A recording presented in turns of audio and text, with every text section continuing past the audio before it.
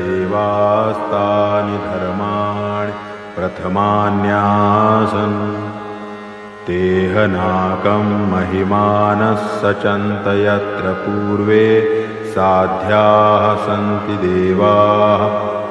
ॐ राजाधिराजाय प्रसय्यसाहिने नमो वयं वै श्रवणाय कुर्महे। समे कामान् कामकामाय मह्यं कामेश्वरो वै श्रवणो ददातु।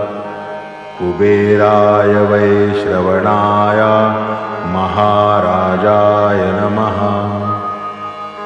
ॐ स्वस्ति साम्राज्यं भोज्यं स्वाराज्यं वैराज्यं पारमेष्ठ्यं राज्यं महाराज्यमाधिपत्यमयं समन्तपर्यायी स्यात् सार्वभौमः सार्वायुष आन्तादापरार्धा पृथिव्यै समुद्रपर्यन्तायातेकराळिति तदप्येष श्लोको विगीतो मरुतः परिवेष्टारो मरुतस्यावसन् गृहे आवीक्षितस्य कामप्रे विश्वे देवा सभासद इति।